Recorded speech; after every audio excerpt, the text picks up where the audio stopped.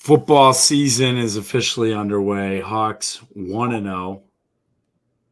We have three facets of a football game going. Offense, special teams, we got robbed of a touchdown. And then defense, stellar as ever, 0 points allowed. They look great. They look great. I'm not going to say great. They looked really good. It was, I think, a great start to the season, especially a season where a lot of people were predicting Iowa to be in the 12-team playoff this year, which I believe we both are two of those people who are thinking that. All the way. All the way. But yeah, I think it was a great start. We got a lot to dive into, a lot of analysis to go into. But one thing's for sure, and that's just three things that are just guaranteed in this life. It's death, taxes, and Iowa's defense being good. And that's just a guarantee. So we got a lot to talk about today. Stars of the game. Aaron Graves. Holy shit, is he a monster? He's a stud, dude. 3 sacks for him. He was in the backfield every single play and just bulldozing that lineman. Our defense just looked so dominant. Dominant. Jamar with a pick. The Ball Hawks are back. The Doughboys. D-line looked great. Linebackers were hitting. Safeties were humming. I think it was just a great start. It was a little scary in the first half. It looked very similar to the past 3 years of what our team has looked like. No offense, a lot of defense. But second half was solid. We'll stick with the first half and start there, though. I mean, obviously the defense looked great. Special teams, great. Caden Weegan, savage. He's a beast. And I've heard rumors for the past couple of years that he is the fastest kid on the team. And you saw it in the punt return. That guy hit the Jets, his acceleration. Were there any fair catches? We were trying to think of that even when the backup was in. The backup punt returner. I think Caden Weegan was hurt for a little bit. Or I think he had one. I think he had one fair catch. But okay. He was looking they were full speed ahead. They just wanted to make a play themselves. It was awesome. It's great. It's great. They got yards out of it. Yeah. We need it. Fair catches. Whoever fair catches is fucking lame. That's right. That's how you muff a punt. It is. Or a couple. That'll happen. Wow. Yeah, so you fumbled. Now your 2 fumbles are against both Big Ten teams. Correct. USC and Wisconsin. Actually, I would like to talk about that before we really deep dive into this game. I mean, Big Ten, I'll be honest with you. The OG Big Ten teams looked like shit this weekend. And the teams who came in to the Big Ten, actually, I wouldn't even say that. The Big Ten, they looked awful other than USC. That's it. That's what I was going to say. Oregon almost lost to Idaho. Idaho gave them a fight. Washington stomped Weber State, but yeah, well, Weber State's Weber State. Michigan, dog shit. Their whole team is Colson Loveland and Will Johnson. That's all they have. Quarterback, trash. Every other receiver, trash. Ohio State, solid. They look good. Their freshman receiver, Jeremiah Smith, disgusting. Will Howard looked good. That's a plus. We need that. I think Oregon's they might be out of the question for being in the Big Ten championship because they look like shit against Idaho, the Vandals. Who the fuck are the Vandals? I've never even heard. I didn't know Idaho had a team. Oregon trash. USC looked good. They had their quarterback. Wow, was he impressive last night? Just hitting guys in stride. I don't know if LSU has the same team that they've historically had. I don't think they do, but I mean, the USC quarterback was just throwing dimes all night. That catch too. We had two catches of the year. The interception, not on Petrus. Petrus got hurt, but on Bryson Barnes, the Utah State game. That pick, guy goes up, one hand, 360.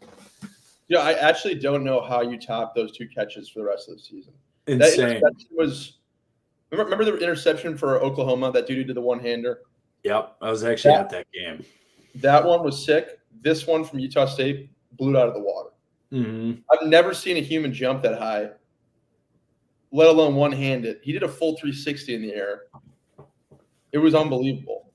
And then the catch the USC dude was pretty filthy too. The USC guy was in traffic too. He Yeah. had two guys just. It was like that the Ricky Parcell catch from Florida. Yeah. Wow. Unbelievable weekend. Great. Football. Yeah, I just want more of it. Colorado. Frauds. But Travis Hunter is arguably the best college football player I've ever seen in my life. They have two great players, and the rest of their team is like worthy of FCS. Yeah, but the fucked part is those two players are leading this team to like a lot of wins. Oh yeah, they're going to put up points. A good team. Polisek, great coach. Shout out Jack Plum. Plum was up in the what's it called, booth, and they showed up on TV's GA for Polisek. But North Dakota State should have won that game. Travis Hunter is unbelievable. He played 152 snaps. He played 57 snaps on defense. It was unbelievable. He's still got that high school stamina. He does. And he's playing like he's in high school. He's dominating people. Just absolutely dominating people. What do you think he would do, NFL? You think he's a receiver or a corner?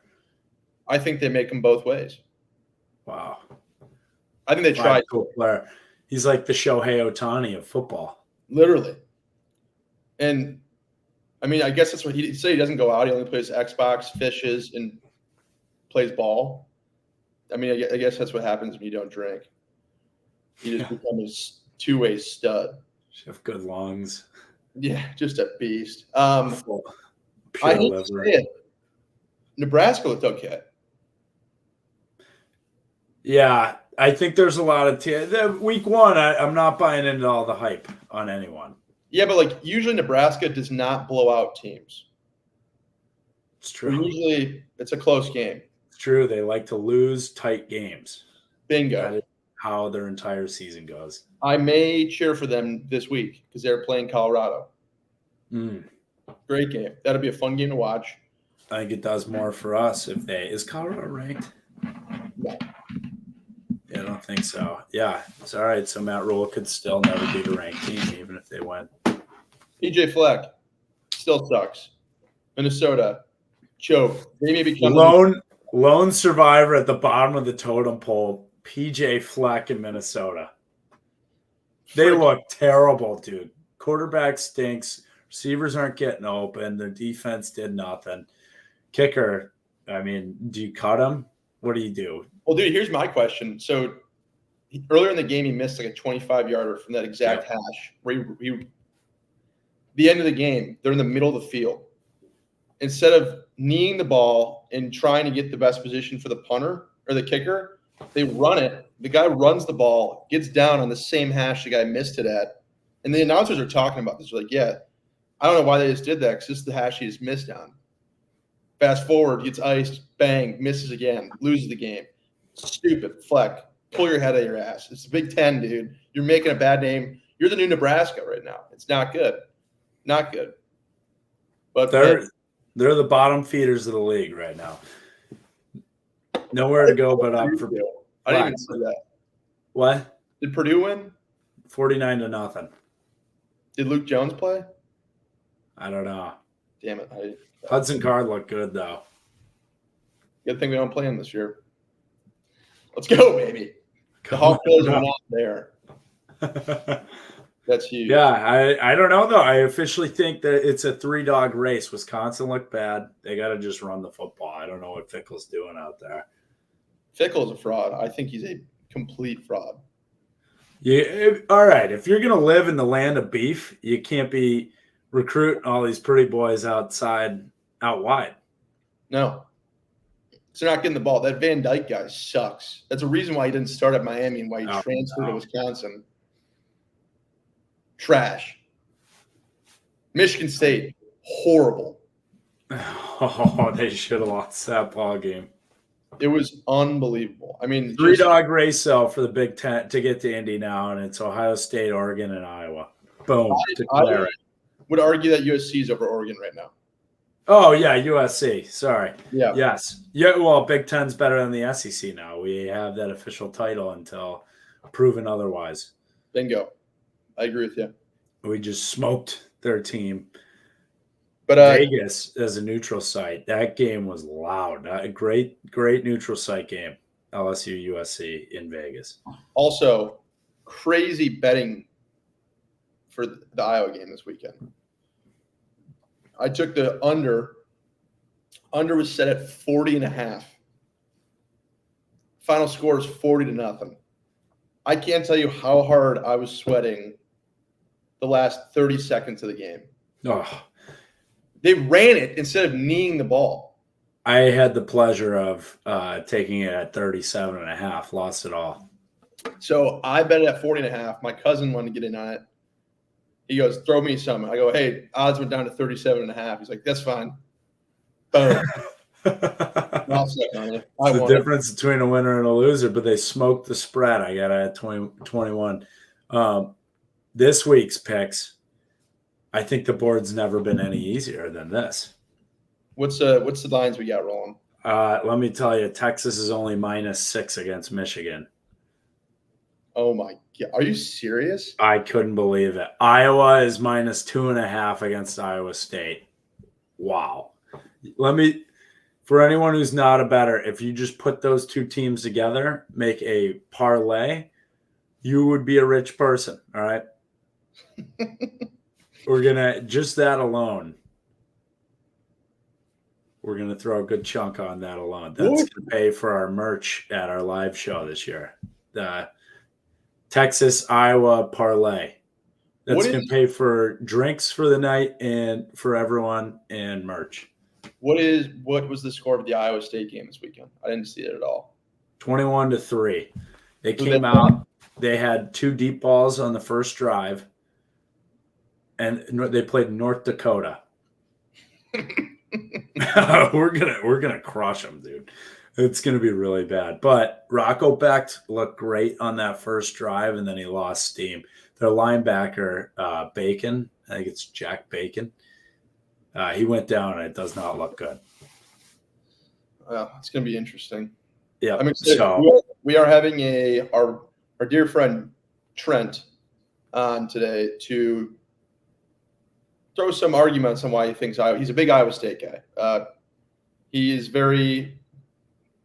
his mind is set that Iowa State is going to win this game.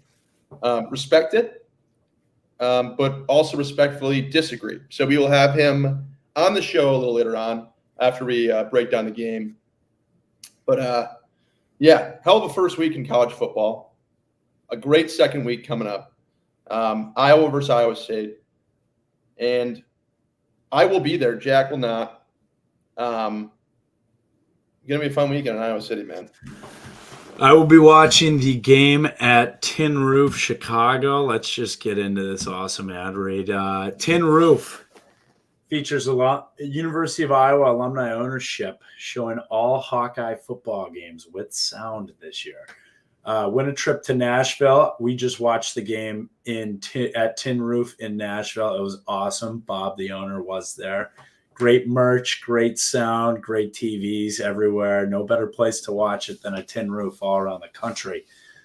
Enter our raffle during the first 3.5 games to win a trip to Nashville for you and a guest, airfare, hotel, Tin Roof gift card, and a reserved table at Tin Roof on Lower Broadway on October 19th versus Michigan State for the Nashville Iowa Club watch party at Tin Roof in downtown Nashville. Must be present to enter and win, but no purchase necessary. Bang. What an ad. Awesome place. Man, that first half, let's you know what, let's dive into the game. First half of that game was like, cancel the season. I don't want to watch this. I'm done. The Bears finally have an offense. I don't need to watch this stuff. What is this team? They said not today. Not this season. It was out firing. He just gets that rifle going. I mean, Illinois State had to bench their quarterbacks every other drive because it was just who would turn the ball over. Caden Weegen takes one to the house, even though it gets called back. And then it was full speed ahead from there. It was a great game to watch. They toyed with your emotions. But yeah, we were definitely on cancel the season watch in the first half. You're absolutely correct. I was at a tea time at 11 o'clock in the morning. I don't know why we had a tea time at 11 o'clock on Despicable. a college football Saturday, but we did it. Me and my dad were in the cart. We watched the game on the phone. Probably held up the whole golf course because we were taking so long on each hole, just watching every play. First half looked like the same team we've had for the past 5 years, maybe worse. Second half, like Jack said, we looked good. That was a great pickup. Second half team, we love it. I'm going to be devil's advocate here. And as we get further into this analysis, team looked great, making great plays, running backs looking good. Receivers look great. Reese, what's his last name? Vanderzee. Awesome. Beast. All 6'4" am. Sick. Jacob Gill looks sick. Lukey, as usual, fantastic. Weegen, unreal punt returner. It's going to be huge this season. Special teams, wins games. But here's my devil's advocate. I think Cade looked like shit in the first half. Second half, came out, went 7 for 7, looked good. I'm not sold on him yet. I'm going to say it. I'm not sold on him. I will be banned on Pat's list. I will be put on the ban list for saying this. I think our offense looked good because our receivers were making plays. Every single touchdown pass that Cade threw was underthrown. Reese made him look like an all-star. The second touchdown he had was a throw-up to 4 dudes just sitting in the end zone, 2 of them being defense, 2 of them being offense. And Reese just happened to pick it off over everyone's head. Terrible throw, but he made a play. KYP, know your personnel, respect the throw. The first one to Reese was down behind him. He had a slide catch. It made a great play, touchdown. Jacob Gill threw him short on the post or the corner in the back of the end zone. I'm not sold on him. I think he did a good job getting the ball to those guys because they were open. But I do think a lot of quarterbacks could have made a better throw than that. So I think he needs to step it up. It was a good start, but there's a lot to improve on. He needs to stop throwing off his back foot. I know I'm not a quarterback, but it's pretty obvious. But good game, though. I'll give him a good game. I'm sure he will correct those mistakes, first game jitters, and kick some ass against the worst team in the state of Iowa this weekend. I think Tim Lester did a nice job of slowing the game down for him and just getting good route trees, getting guys open either in the middle of the field or a quick out just to get them in rhythm to start that half. Yeah. To start 7 for 7, it gives you confidence again. You saw it in his – I don't think first half he throws those jump balls, which resulted in touchdowns because he wasn't confident. So props to Tim Lester. Nice seeing just his creativity there to get a quarterback going. Yeah, 100%. And I do think it was just the first game. He had to get that stuff out of his system. And obviously it showed improvement in the second half. But if he's going to be underthrowing balls like that, it will be a problem going forward. So hopefully that gets improved, which I'm sure it will. The jump ball was the biggest no, yes. 100%. It looked like Reese was playing Pee-wee football right there. It looked, and I'm genuinely curious on this, it looked like it was a pass to Lachey that was underthrown, and Reese went and made a play on it. I'm not going to speak for Cade. I'm going to speak for what I think it was, and I think it was, fuck it, I'm not taking a sack. Let's just check it. Which, hey, it's all dudes down good there. Things happen. Make a play. Let your guys go make a play. I like it. Why not? It's worth a shot, especially if you're up by that much. I mean, why? Like, those guys are going to make a play. He made a play. But yeah, like those kind of passes are not going to fly in the next couple games. We're not out of the weeds yet. We did this to Western Michigan last year and hung 41 on them. We're not out of the weeds. still, cautious but confident. Let's go in and just smoke Iowa State for this. I'll be honest with you. I think this would be a turning point right here to show that this is a new offense. Excuse me. If we come out and just fuck up Iowa State, if we go 40-0 on Iowa State, I'm sold. Oh, 30-0, even 25-0. Allow me to just, I think the star of the show this year, Caleb Johnson, of this last game. Caleb Johnson only playing one half and having 119 yards. Yeah, that one he broke. I thought I was going to lose my bet after that. There was, and that's when you knew there was no hole. He just got skinny in the middle and broke out. Yep. It was impressive running. Also, Kamari Moulton's the guy who he goes head down and just launches himself at the linebackers. Yeah, like that guy is a hard-nosed, blue-collar runner, just right down. You don't want to be tackling him. I will say that was like one of the most impressive games I think our defense has played in a while. Just like every time the defense was out there, just dominant. There was a couple broken plays, but like they were sick. Our D-line looked fantastic, and that's huge. The problem for our opponents is going to be it's different. Bless you. It's different for in previous years when it's, you just don't want to throw by Cooper DeSheen. You don't want to throw by, like Josh Jackson, Des King, all of our prominent DBs in the past. Castro, you can't even let a player get near him because he'll just punch that ball out. He's awesome. He's a ball hawk. It's a different beast. I'm interested to see TJ Hull look good. Yeah, he was great. Happy. He looks good. He's definitely improved. He's gotten older. He's gotten more mature. Putting the seasons behind him, you'd love to see that. I am interested to see once we start playing some teams that have a good air raid, how that's going to be. Yeah. I don't think teams are running the ball on us. I think what we're going to have trouble with is definitely once they have some receivers out there. I mean, obviously Ohio State's going to be a nightmare. Their freshman receiver could put up some numbers, but you never know. Besides that, I think we're going to be good. I really do see an 11-1 season this year.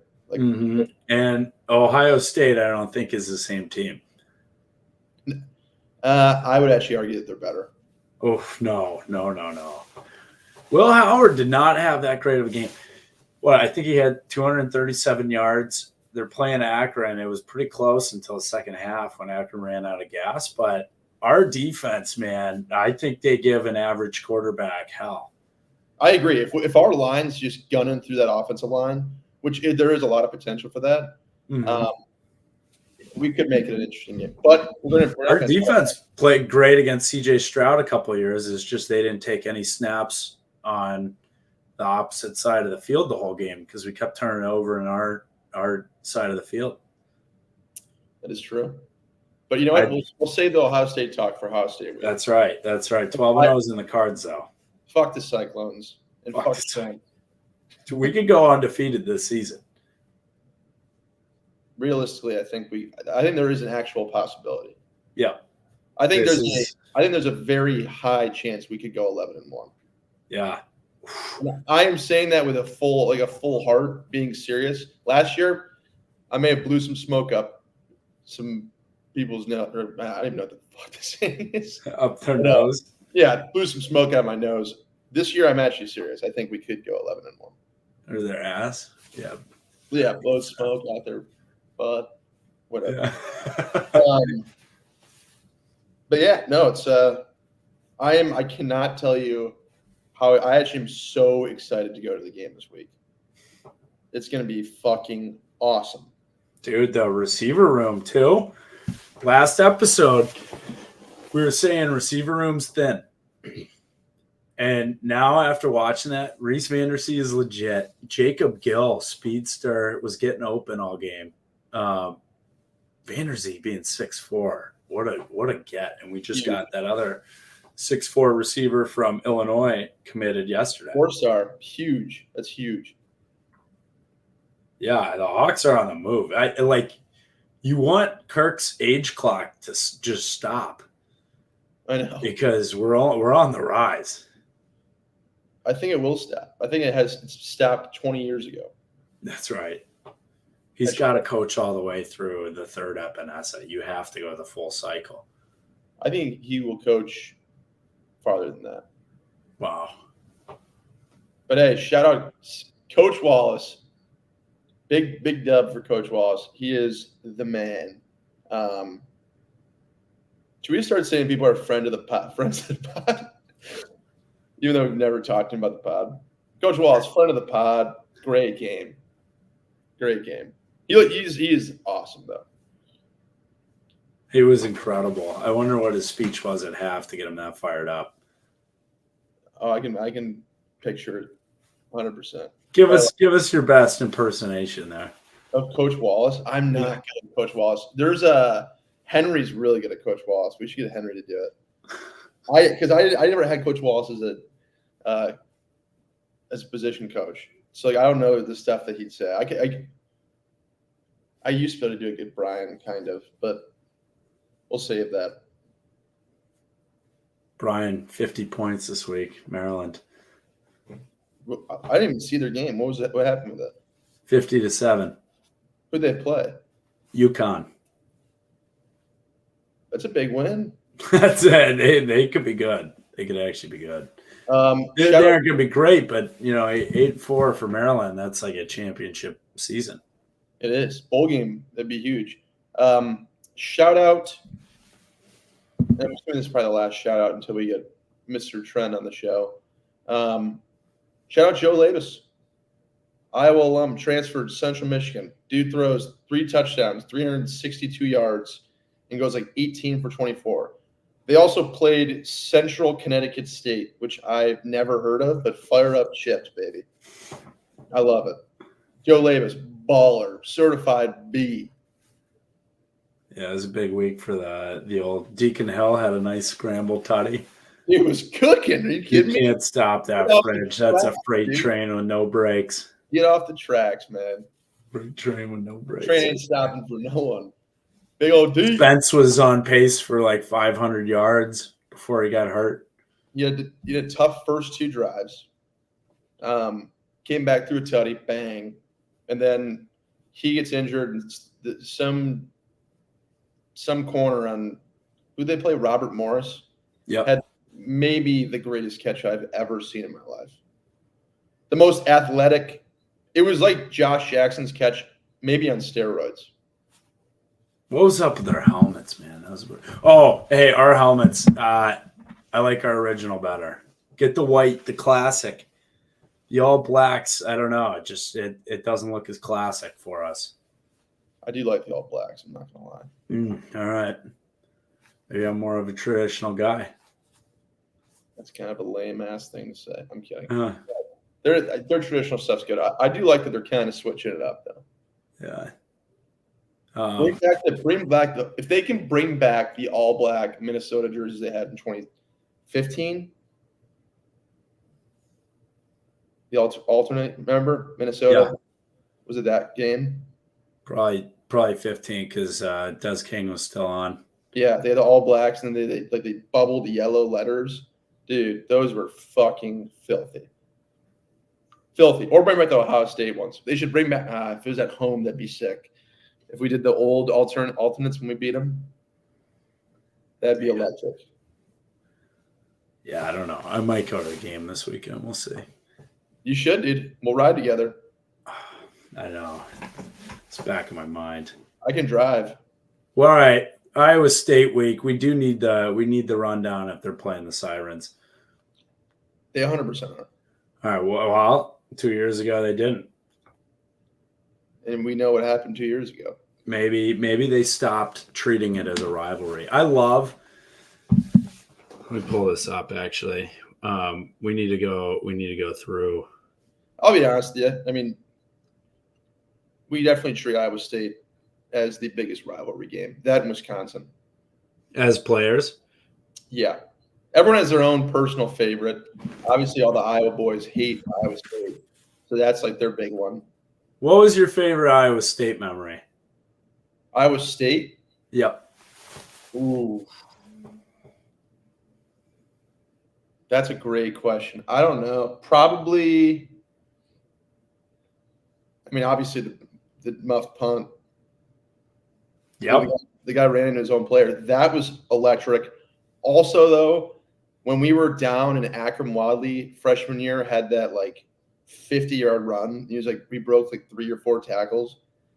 That was electric. We should have lost both of those games, and those 2 plays changed everything because they are choke artists. Throw them with Nebraska, baby. I almost want the game to be in Ames because there's something about the Cyhawk game in Ames. It always leaves them in heartbreak. They're always ranked high. We crush them, or we win in some fashion where they just are like, "What are we doing?"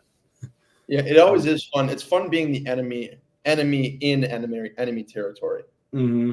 Like, for example, I'm going to the Wisconsin Bama game in 2 weeks, and I just brought back from my parents' house, my Bama jersey that I got when I was like a sophomore in high school, specifically to wear just to talk shit to Wisconsin fans. Because I, first off, can't stand Wisconsin. Jersey's a medium. It's not going to fit me, but we're wearing it. I would love this game to be in Ames. First off, never tailgated there. Second off, would love to talk shit. Because the last time I went to an Iowa State game when we lost, and it was all Iowa fans or Iowa State fans in Iowa City talking crazy shit. And all you can do is sit there and watch. So I will call Trent after we win and just say, fuck you, and then hang up the phone.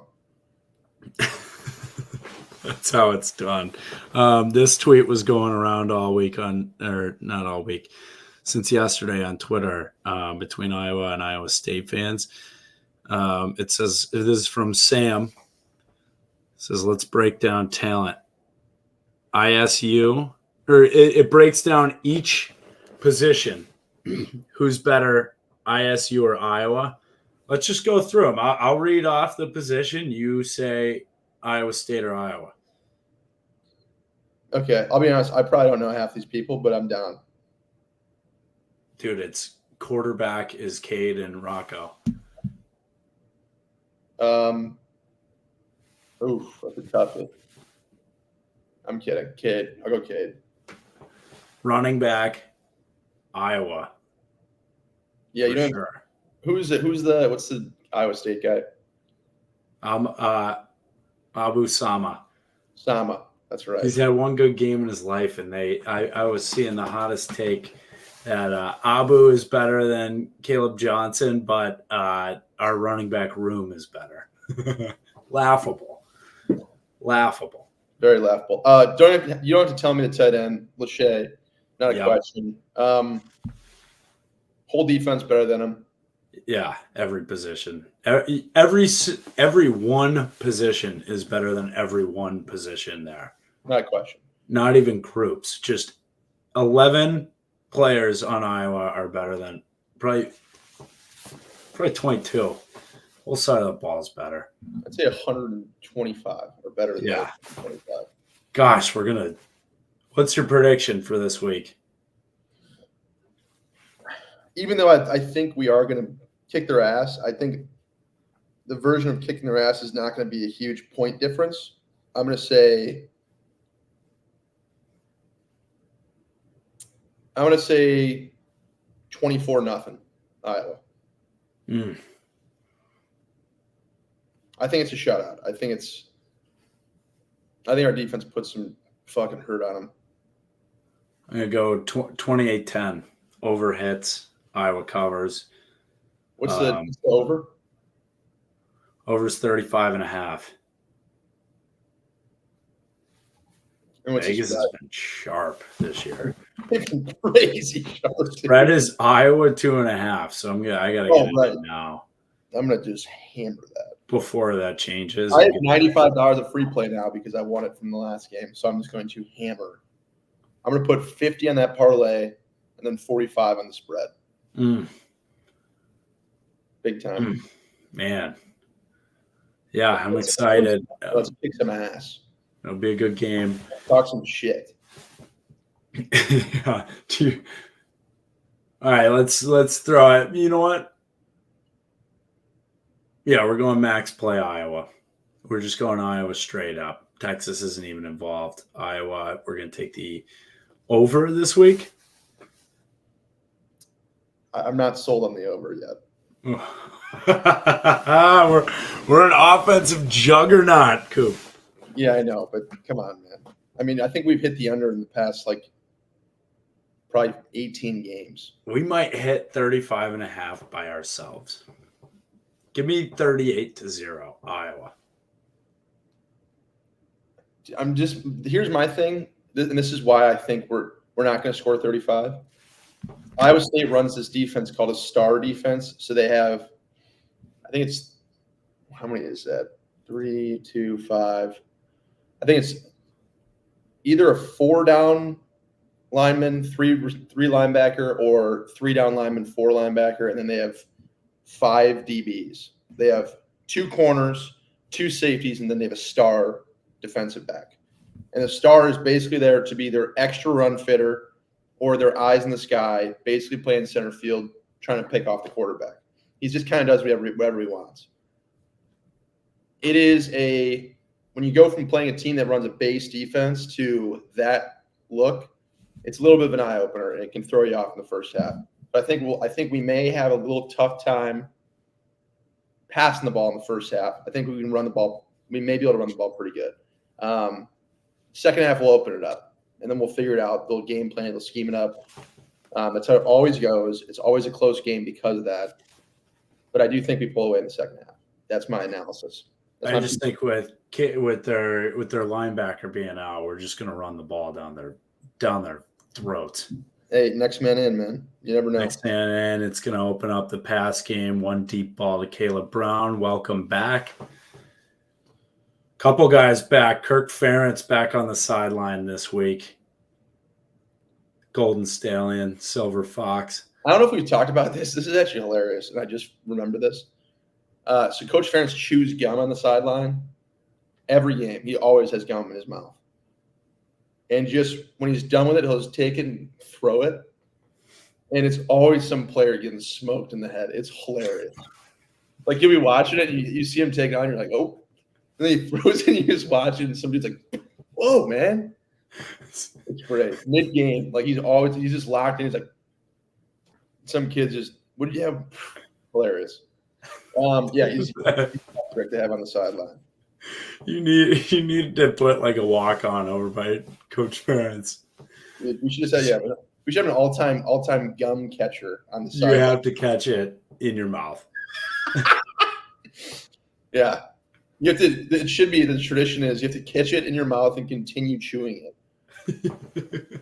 So it's an ongoing process. There's always gum being chewed. That's how you can earn a spot on scholarship. Yeah, you go full game doing that, and you're instantly on the team, full ride. We missed such a treat by him not being mic'd up for that game. I tweeted this off the account middle of the game, but if he's suspended, he's got to be mic'd up watching it in his house. I would love to see just like a stream of him sitting there on the couch watching the game. How do you think he watches it? Do you think he has like a beer or wine or food? He's got it. He was sitting there. I think it was just him and Mary, his wife, like chilling. I don't know. Yeah, maybe he was just crushing. Maybe he was just crushing beers. Does he yell at the TV? How does this go? I don't know, dude. I would love to see it though. That's something I would really pay to see. We're gonna need to. Maybe we'll text Eichel what questions to ask this week for how he watched that game. These are important. Who was the guy the other reporter we were talking about? Which one? Sean Bach? Yeah. Great guy. Great guy. We need to get him on here. Yeah. We got to get Sean Bach on the pod. The Bach man. Yeah. Yeah. Blake Hornstein. He's the news channel. He does the camera work and reporter also. But he went to Illinois State, and I tweeted at him that was literally his game, and he said he had to go to a fall wedding that weekend. That's so fall weddings, brutal. Can't happen. Yeah. If there's anything scheduled on a Saturday during football season, you're not a true football fan. It's a fact. You really learned something there. I am hypocritical with that because I did have golf tee time. Yeah, but that's crazy. I had to go. I'm wrapping the golf season up. Friday is my last round of the year, and then Really? I'm flying straight home. And then you're coming to the game with me? Potentially. Oh, dude, I'm going to have my clubs too. Sounds like it's going to be maybe easy convince. Maybe. I got to crack out my Petrus jersey at some point this year. You have to wear that. Before he wants it back. That would be hilarious. That'd be so electric. Oh, that's great. All right, let's get Iowa State Trent. His hair is fiery as ever. Just a sweet ginger man he is. So he is the heat miser. That's right. Go Hawks this week, 2-0. Beat the rival, the little brother. Just pet him. Yeah. Go Hawks. See if you see Trent, just yell at him. Yell at him. Yep. Yeah, but now it's not real. It's freaking lame now. All right, we're rolling. Ginger son of a gun. Oh, pot calling. We got the redhead cyclone right here. Trent, you're screwed this week. You know, I was gonna say probably a week ago I was supremely confident. As we get closer and closer, it's the nerves always kick in about this week every year. That is honestly such a little brother thing to say because you're PTSD. We're never fucking nervous for this game. Ever. Never. Ever. The only time you get nervous is if we're losing in the fourth quarter, which is almost. Ask Tiger Woods. Tiger Woods says little nerves, pressure makes diamonds. You always need a little nerves before a big game. That is true. And pressure also makes running into your own player when you're trying to catch a punt. Yeah. That's, you want to talk PTSD. Hey, so that with that game, I was actually staying with Trent in Ames. Trent is an Iowa State grad for you guys listening. Trent, I actually have yet to see you after an Iowa State loss. I don't know. Well, you'll see me after you'll see me after a win this week, but I don't know if I'm going to be able. I was talking to Jack. I'm like, I don't know if I'll be able to watch the game with you guys. There's something about being in an environment where I can't get a Go Cyclones in. I can't cheer because our friends are such a unpleasant group of human beings to be around in Iowa and struggling. That I was like, I might just have to enjoy this one with the alma mater and meet the fellas afterwards, but we'll see. No, we will kidnap you before we let you do that. But I'm worried. Yeah, you might kidnap me if we come out victorious. Though I'm worried about getting killed. I was on the couch between a couple of our friends, Jeff, Bobby. We were at Bobby's apartment last year. A bunch of Iowa grads for the Cooper DeJean fair catch game against Minnesota. I thought the whole building was coming down. It was, and then Jack strolled in from the bar 10 minutes later. It was hell in the cell basically, and I just sat there. All right, I'm not going to say anything to these guys, but no, it's an unpleasant experience when you guys lose. So, you know what? I hate to say it though. I don't hate to say it. If you can't handle being the only person cheering for your team in enemy territory, then you are. I'm not going to say it, but I don't think you got it in you. Coop's trying to tell you you're a pussy. That's exactly what I was trying to say. Let me paint a picture. Jack, like the rest of your team. We last year we decided we were going to watch this game together. I'm thinking I'm going over to Forrester's house. It's yeah, it's enemy territory, whatever. They're like, no, we're going to an Iowa bar. I'm like, fuck. All right. So we go to Willie Lil's in Lincoln Park, and I'm sitting there thinking in-state matchup. There's always crossover and friends between these two schools. There'll be a couple of Iowa State fans in there. I walk in, there is one red shirt in the whole place, and it was yours truly. I mean, not even one. Every single person in the bar stopped me. It was like, what the hell are you doing here? That's a great photo. Great picture, Trent. Just Miller Lite. Like they, all the TVs went black. They blast back in black. There is not a Cyclone fan in there other than me, and they ate it up. So to say I'm scared to, be in the mix in enemy territory is untrue. It's just, how loudly can I cheer?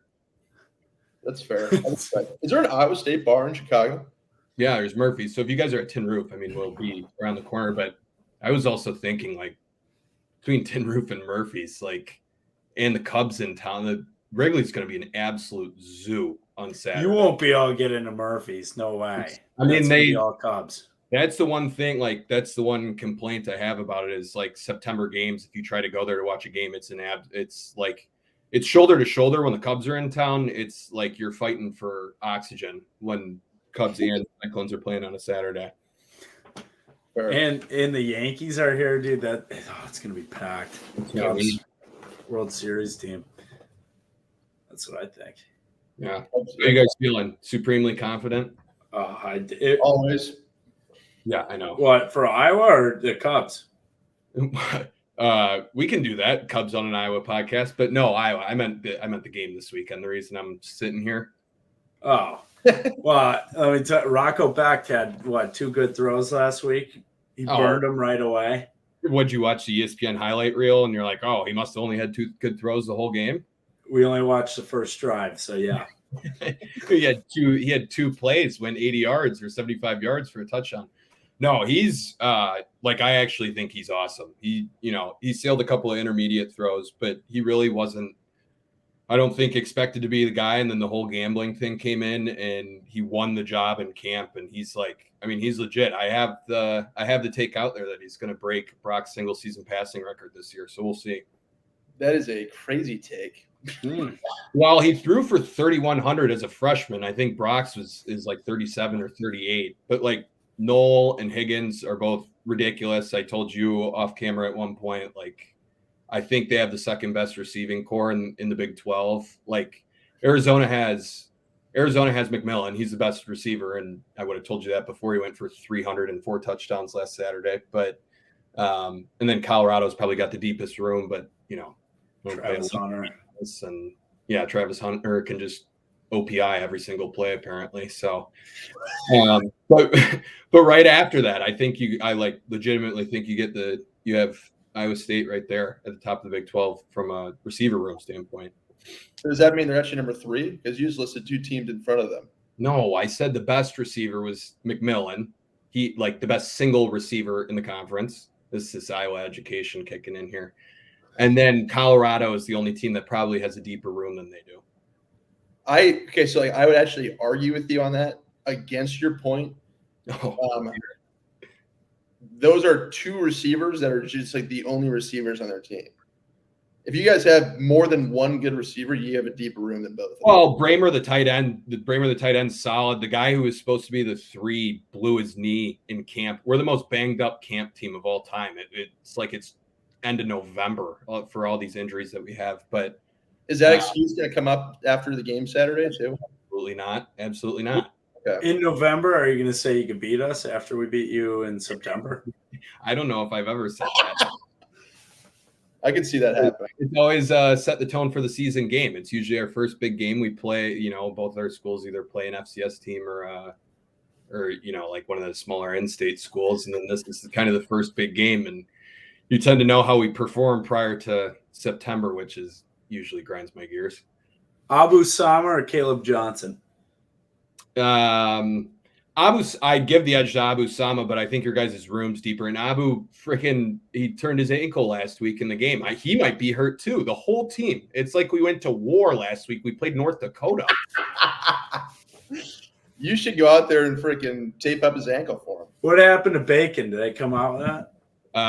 It doesn't sound good. Source inside the locker room says it's not good. I think there was maybe one tweet today. I was trying to look it up before I hopped on here for you guys, but I think he's like braces in a crutch because we put our best linebacker, one of our best defensive players on punt on special teams. And he's out for the year now in an already thin linebacker room. So that was a little bit of cause for frustration on Saturday. I hope he's all right, but it doesn't sound like he'll play this week regardless, if I had to guess. What's pretty sweet is we have every single one of our starters on every special team. So the fact that you're bummed out that you put one of your best players on special team just shows the kind of character that team fucking has. A bunch of pussies.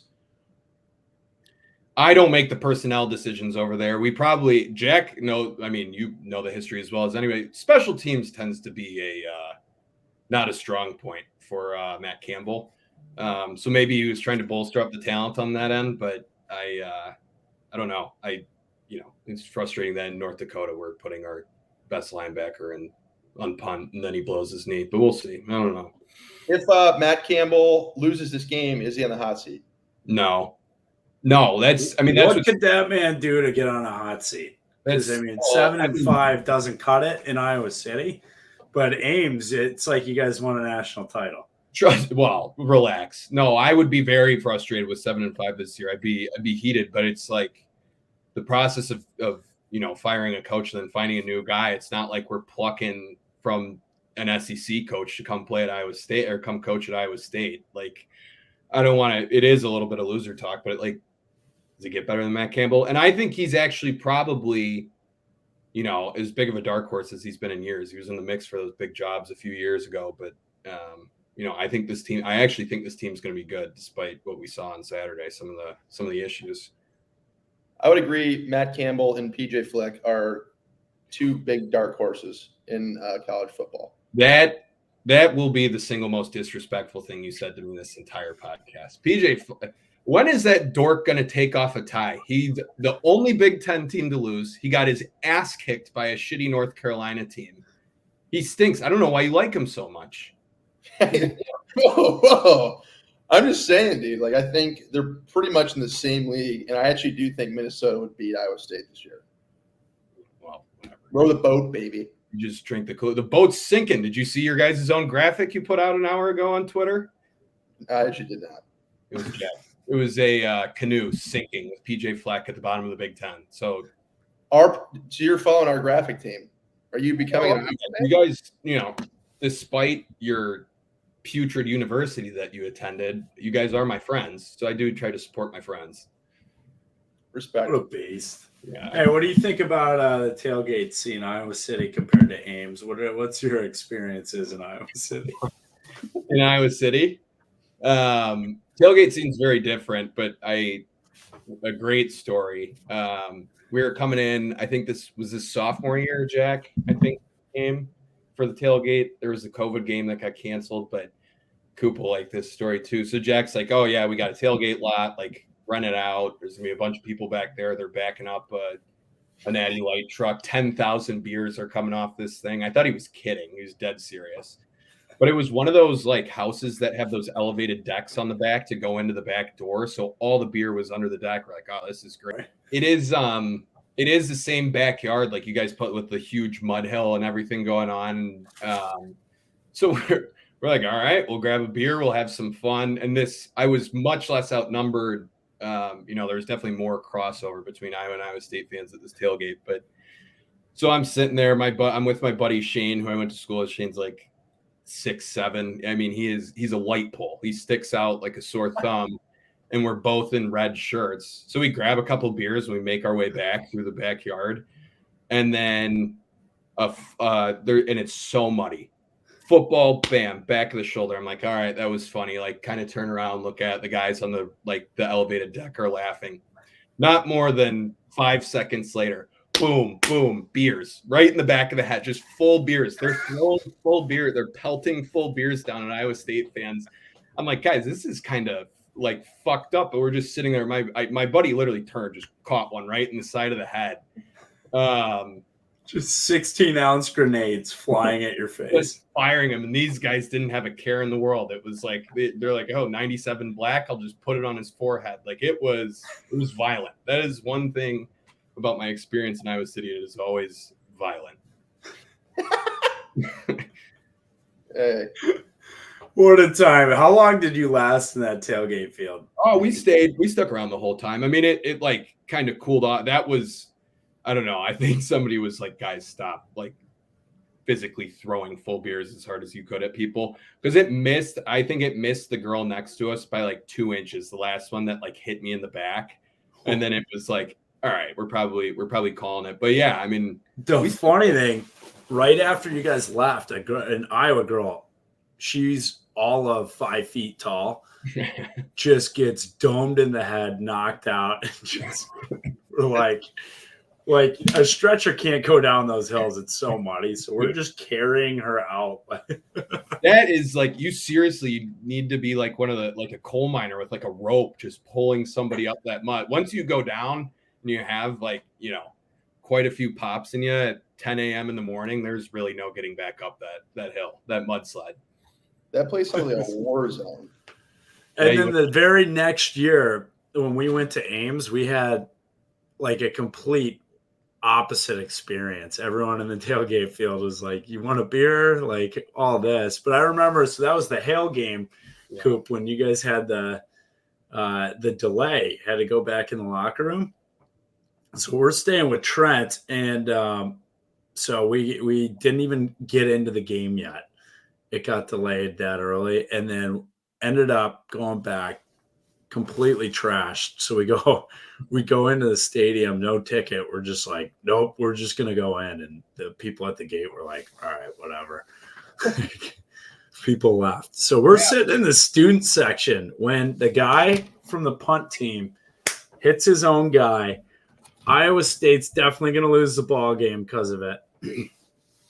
And just chirping them off a ledge, and they all just ate it. They're like, you guys always win. We knew it was going to happen at some point, all this stuff. No fighting the dog from the Cyclones. You didn't get it from me. You got it from Joe Schmo in the stands. I hate that shit. Like, just a little man trying to get a little, just a taste of victory, and they never can. It is a tale of two cities. I mean, like when you go to Ames, it's very much like, oh, you give each other kind of the, fuck the Hawks, fuck the Cyclones. You go back and forth with each other. And then it's like, all right, let's go have like beers and hang out. Not quite the same warm welcome in Iowa City, but no, I condemn those fans who were like, oh, I knew it was bound to happen. That's loser talk. I don't like that. We were walking out of the stadium and one of the girls turns around as we're chirping and she's like, can you stop? My brother's on the team. And my friend was like, oh, is he the one who ran into the return man? She just started crying. It was bad. I don't know. There was a lot more said there, but it was. Let's leave it off camera. Yeah, it was bad, but Ames, very nice people.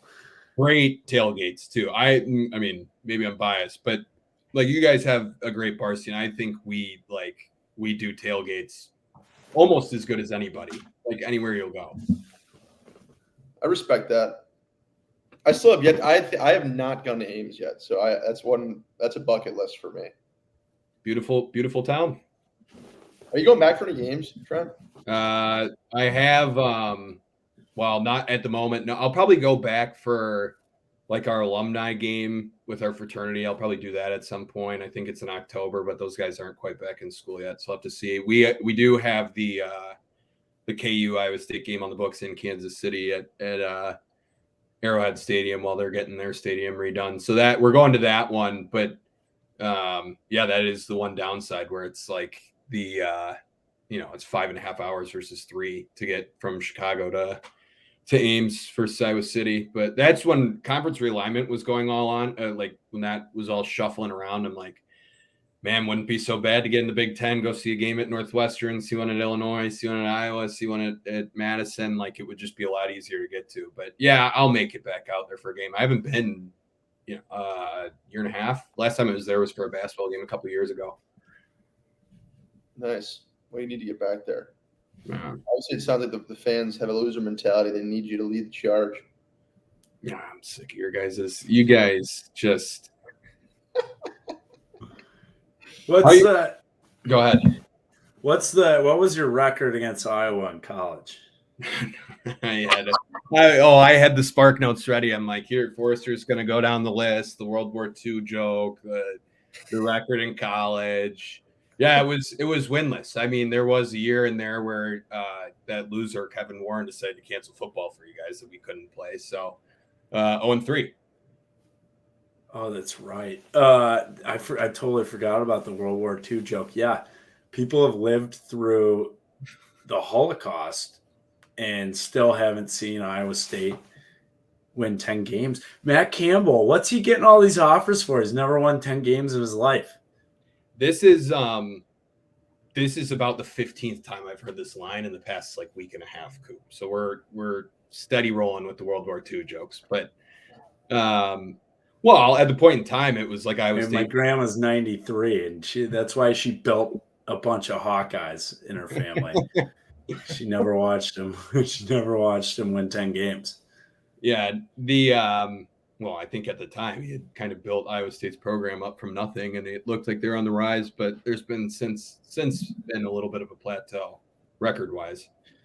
That's why he was getting the offer to answer your offers question. But World War II, you should have been around in World War II. You like with Iowa football, you are like Stalin and Hitler would have hired you as a propaganda guy. You are a Hall of Fame Iowa propaganda guy. Just like every word out of your mouth. It's I listened to your guys' preseason preview with Hen, and it's like I could have just been like, oh, they're gonna say like 12-0, win the national title, win Big Ten. And Jack, I'm like, yeah, I mean, I hear it from Jack every single day of my life, but is how it is with you guys. Well, you better pray that you guys put up a fight this weekend. What do you think? Well, I think we will. What are you thinking prediction wise? I said 24-0. Jack said what? I changed it to 38-0. Originally it was 28-10. How many defensive touchdowns are in the None. 0? Don't need them. We're back, baby. We'll probably get them, but we don't need them. We'll probably get a couple though. Yeah. A game that's historically been played since, well, I shouldn't say historically, since I've been a fan. I think it's always a single possession game for the most part. We're always tight, and there's never very many points.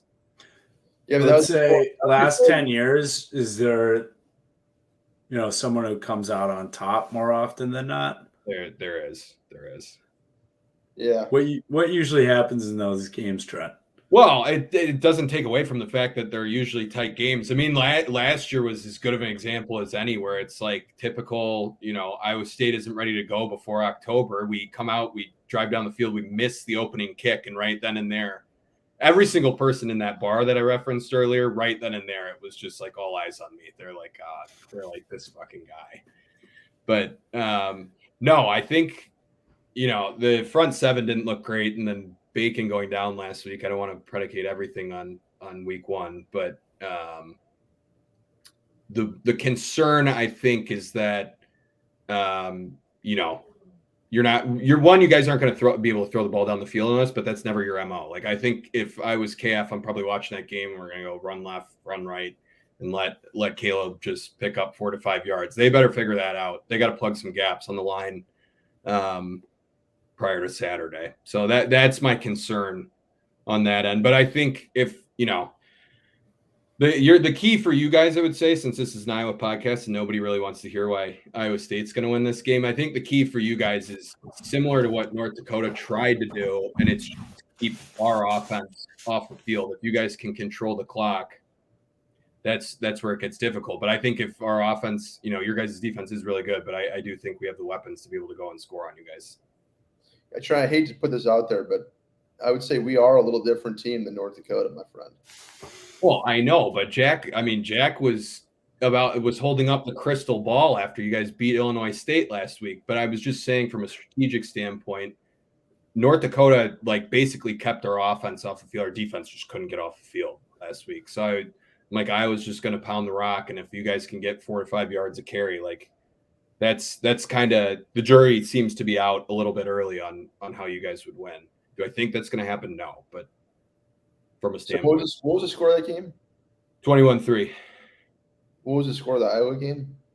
40-0. We're doing a measuring contest against who beat their FCS school by more. Yeah, Apples to apples. Iowa wins that one. apples to apples. I think Speaking of, what a sick back in black bus video you guys had last week, Trent. What the hell was that? What the hell was that? That was my initial reaction. I'm like, they got to be trolling. I don't really know, but there was no follow up. Like, never once. I'm like, oh, they're gonna reference this. Maybe it's coming this week. I have no idea, but I doubt it. I was texting my college buddies. I'm like, what was that video? And everybody was like, I have no idea. that is. I don't even know what video you're talking about. It's basically the team bus, like all blacked out, pulling up. And they played Back in Black for the music video.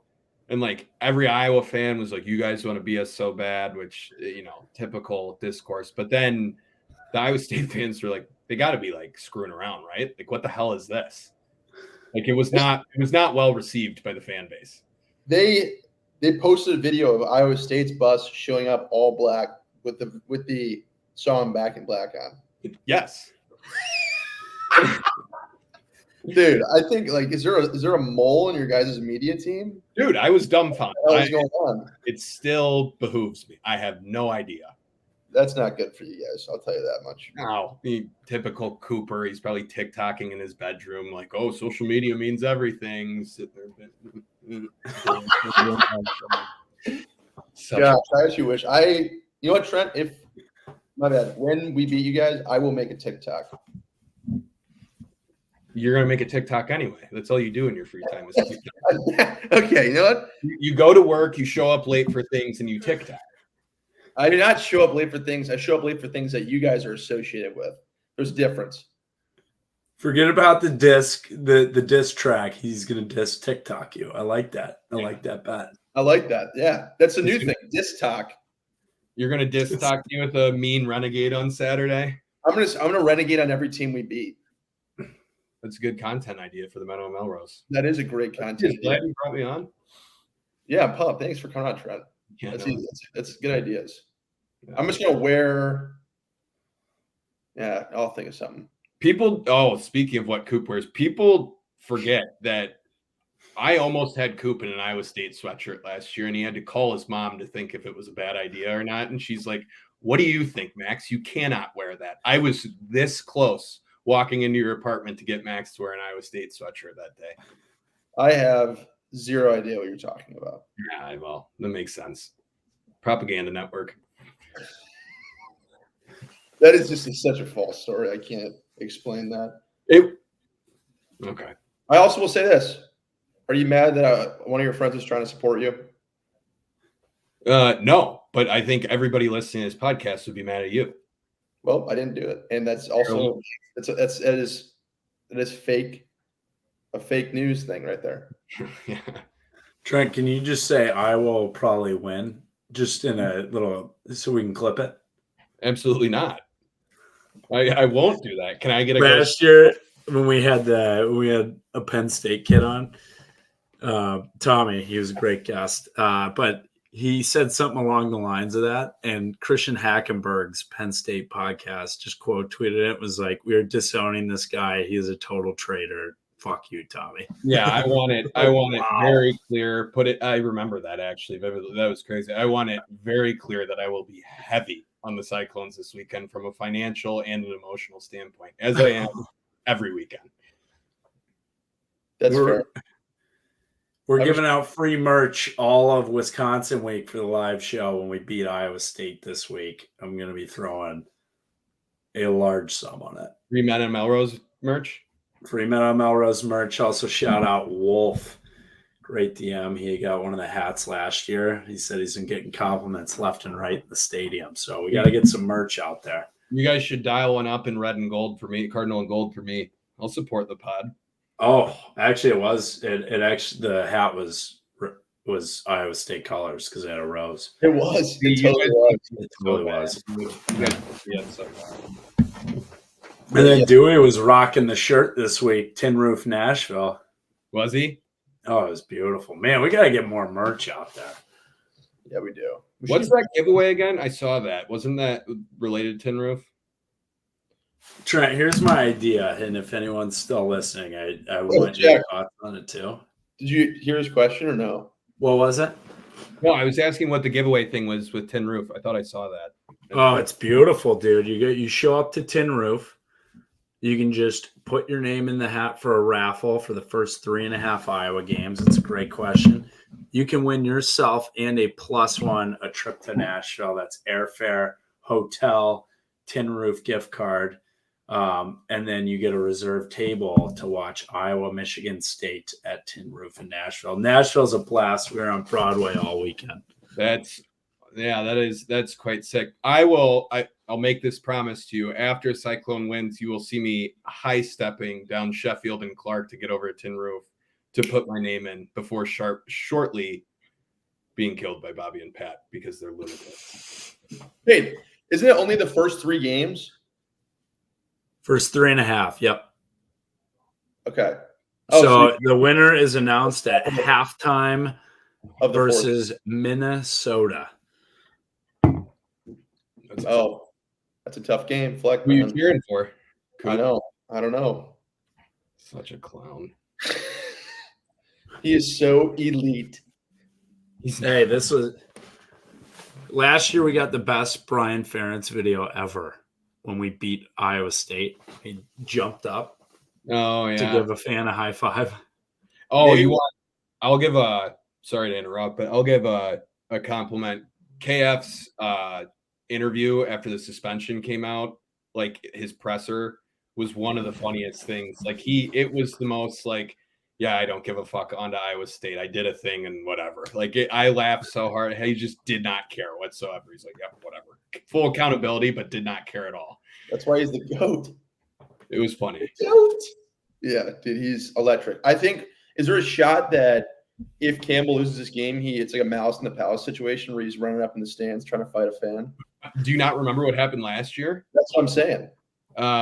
No, I don't think that I don't think he'd go Malice in the Palace fight a fan. I mean, I bet that's like kind of as emotional, like I think we've ever seen him at like off the sidelines. He gets really fired up in games, but it's pretty much coach speak off the field, except for that one guy who was just standing on the ropes, like you're on the hot seat, and he turned around and it turned our season around. So maybe we need Malice in the Palace in Kinnick.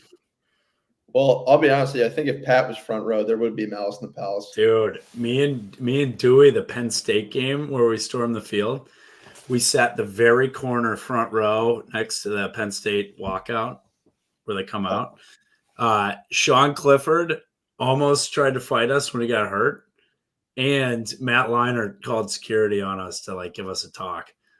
Matt Leinart? Yeah, we were chirping. I don't even know why we were chirping him. He's a USC guy. It was just pretty. Yeah, he was. Well, his kid was wearing Penn State stuff, so apparently his kid's just an unbelievable football player. So he's not going to come to Iowa. We were chirping to him too. Not proud of that one. He was in 8th grade at the time, but you're recruiting detriment over there. You can't wear Penn State gear in our house. You kidding me? That's enemy territory, dude. That was like the mental jumping jacks I was doing in my head this week. I'm like, if the 3 of us go to this game this weekend, I'm basically just going to have to sit there in like a neutral colored shirt and just whisper into your guys' ear my shit talk. Just because we'd be in a section with all Iowa fans, and Coop's like, wow, if I bring you along, you can't act a certain way. I'm like, all right. So I mean, we would be in the family section of all the parents of the players. So I don't think you would want to cheer for Iowa State there. What do you mean I wouldn't want to cheer? I want to cheer for Iowa State. I'd walk through hell in a gasoline suit. Isn't that what Pete Rose said for Iowa State? Yeah. I do remember him saying that for Iowa State. That was his exact team. That was it was kind of a thought mid-quote. I kind of fumble fucked my words, but it's all right. That would be tough, Trent. That would be I'd respect it if you did it, but that's like the ultimate enemy territory. I would take in Kinnick respectfully, and as Iowa State fans do, and then we would get our win, and I'd get out of there, and then I would pour it on to you guys after the game. That's fair. I mean, it's a good thing that's not going to happen. Did you say I know? I meant like I know because we're not going. Forrester. Because we're not going. Because we're not going. Here comes the propaganda machine. This is what I'm talking about. You're Soviet. not getting to go Cyclones. Can I get a go Cyclones? Well, I actually may be going now. I may be back on. What are you going by yourself?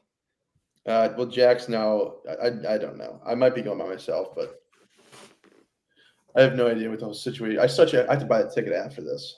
I have not done that, and I need to see if I can take my car. We'll see. It's a lot of factors that need to go in for. What happened the last time you went to the Iowa State game? I am worried about that. I'll be honest with you. You don't think you're the Gosh, that was a brutal day. Jinx? In the pouring rain, we lead a comeback Well, drive. honestly, Petrus is delivering strikes left and right. It gives me a reason, dude. Oh my gosh, look at that. Sorry, I was nervous. Dude, it's your nerves coming out. I was nervous to talk to you. I just haven't talked to you in a while. It's fun, dude. Not used to guests like me on this podcast. I have to flip the luck. I can't be my. I'm not going to make that a reason why I should not go to an Iowa State game ever again. Yeah, no, I think that's crazy talk. I mean, I show up every single year, regardless of what happened the prior year, thinking that we're going to win by 1 billion. It's clones by 1 billion from the moment I wake up hate week until the game's over. I respect that. Huh.